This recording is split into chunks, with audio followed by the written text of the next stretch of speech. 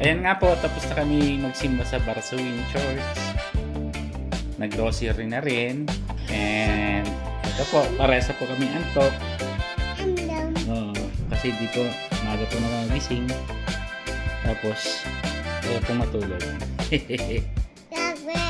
Okay. Hanggang sa susunod po. Thank you. Signing off. Thank you. Bye-bye.